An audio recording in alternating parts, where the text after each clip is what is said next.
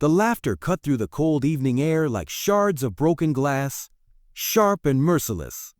A group of teenagers stood outside the train station, their voices mocking, their words dripping with cruelty as they stared at the small girl crouched near the wall. Her clothes were ragged, her shoes mismatched, and her hair tangled from nights spent without shelter. She clutched an empty paper cup in her hands, her eyes fixed on the ground as though looking anywhere else would cost her the last shred of dignity she carried. "Can I play for food?" she asked quietly, her voice trembling but clear. The boys burst into louder laughter, one of them doubling over as if her words were the funniest thing he'd ever heard. Another nudged his friend and sneered, "Play what? You can't even afford socks." Their laughter spread into the crowd of passers-by, and though not everyone joined in, no one stepped forward to stop it. Some people slowed down, curious. Most simply kept walking, shaking their heads, eager to escape the discomfort of the scene. But the girl did not look up, nor did she defend herself. She held on to her silence, letting the words rain down on her like stones. She was used to stones. Stones had been her reality long before hunger. The crowd shifted as the rush hour surged around her. Her fragile frame looked out of place in the swirl of expensive coats and polished shoes. Yet, in the midst of disdain, there was something unusual about her posture. Her back, though frail, remained straight. Her hands trembled only slightly as they gripped the edge of the cup. And her voice, though thin, had carried a strange steadiness. Behind the bus terminal, just steps away, stood a weathered piano. It had been abandoned years ago by a street musician who no longer came around. Its wood was scarred, the varnish stripped by rain, and two of the keys were chipped. It looked more like a relic than an instrument, forgotten by everyone who passed it. Everyone except her. The girl rose slowly, her knees stiff from crouching. She walked to the piano, ignoring the continued laughter behind. Her fingers hovered above the cracked ivory, hesitant, trembling as though afraid that touching it might expose too much of herself.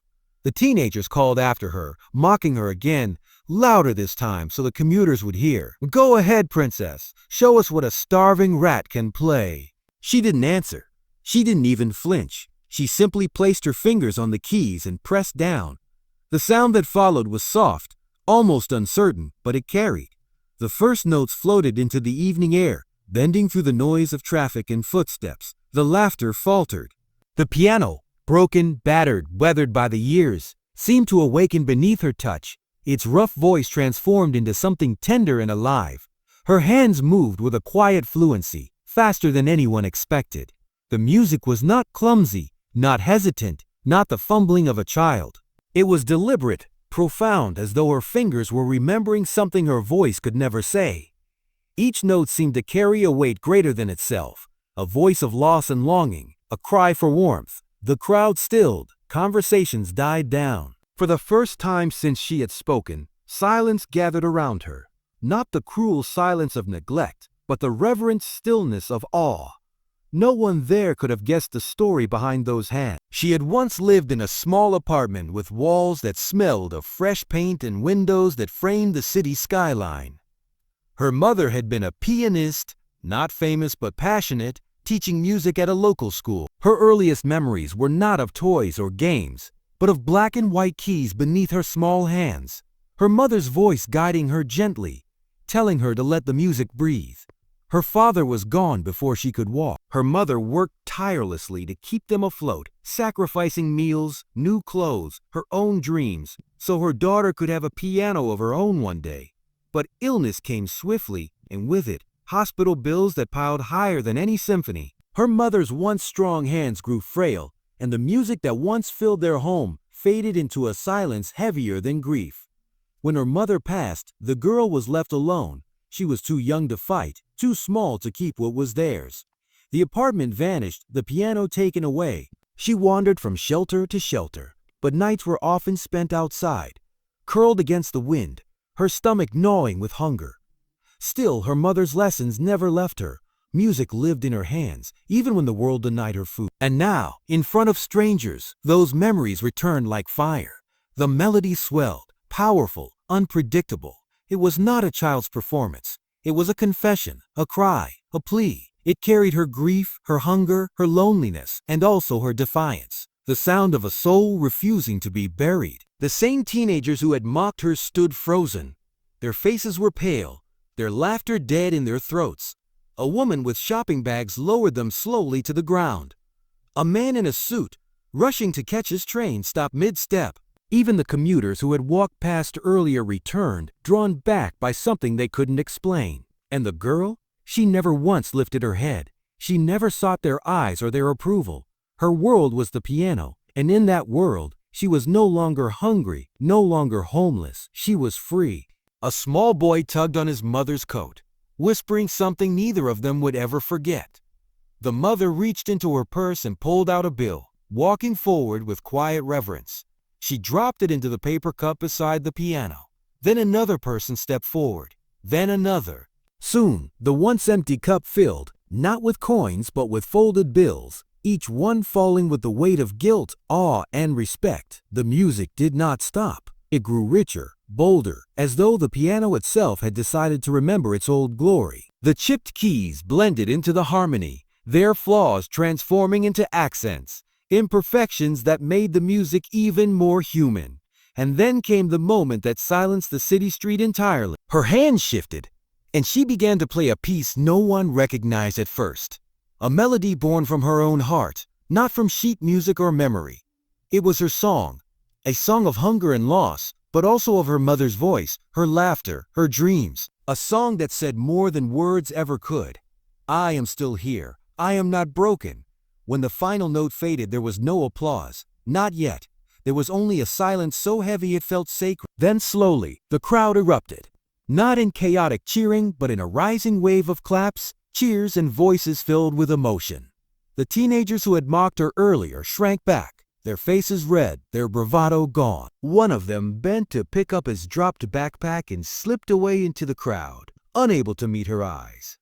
But the girl did not look at them. She closed her eyes, resting her hands gently on the keys, her shoulders trembling with exhaustion. She had given everything she had to the music. A man stepped forward then. Older, dressed simply, his eyes glistening. He had been a music professor once before retirement. He had taught hundreds of students, many of them privileged, polished, surrounded by resources. Yet none of them, not one, had ever played with such raw, untamed brilliance. He knelt beside her and whispered words she would remember for the rest of her life. Your music, it carries the weight of the world, and still it sings. She opened her eyes, surprised to hear kindness spoken to her so directly. She did not answer. Words had never been her way. The professor rose, turning to the crowd. She is not a beggar, she is not a joke. She is a prodigy. Those words spread quickly, carried by phones, by whispers, by the awe of those who had seen. Videos taken on shaky hands would travel the world within days. The homeless girl, once mocked for daring to ask, "Can I play for food?" would be remembered not for her rags, but for the music that silenced the city street. As donations poured in, as opportunities began to emerge, one truth remained stronger than all the rest. She had never needed their approval. Her power had always been there, hidden in silence, waiting for the moment when the world would finally listen. And though her stomach still ached, though the nights were still cold, something had shifted. For the first time in years, she was seen. The crowd began to disperse slowly, still murmuring, still shaken, but many lingered, unwilling to leave the echo of her music behind. The professor stayed close, already thinking of how to help her, how to protect the gift she carried. The teenagers were gone, swallowed by their shame. The ones who had stayed now lowered their heads in quiet respect. Some whispered apologies to the air, knowing she might never hear them. The girl sat in silence, her fingers resting on the keys. She had nothing left to play, nothing left to prove. Yet in her stillness, she spoke the loudest truth of all. Silent dignity is louder than laughter. Sacrifice becomes music when the world finally listens, and honor, though unseen, is never forgotten. When the professor placed his hand gently on her shoulder, she did not resist. For the first time in years, she allowed someone to stand beside her, not as a stranger, but as a protector. The weight of loneliness eased slightly, replaced by the faintest flicker of hope. The crowd had given her food that night, but what they truly gave her was something far greater. The chance to be remembered not as a girl on the street, but as a girl who carried a symphony in her soul. And in that moment, beneath the fading glow of the station lights, the world had changed for her. One note at a time.